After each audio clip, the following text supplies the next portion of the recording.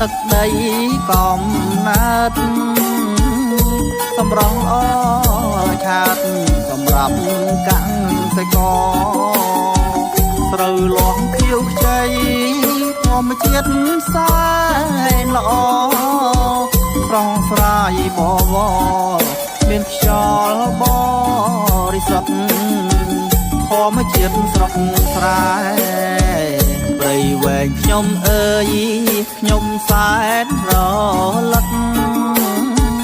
យកថ្ងៃល្ងាចព្រឹកនឹកគ្រាកនឡងធ្លាប់រួមជួបជុំពុកម៉ែប្អូនបងរីករាយអើងកងកាលវ័យកងមក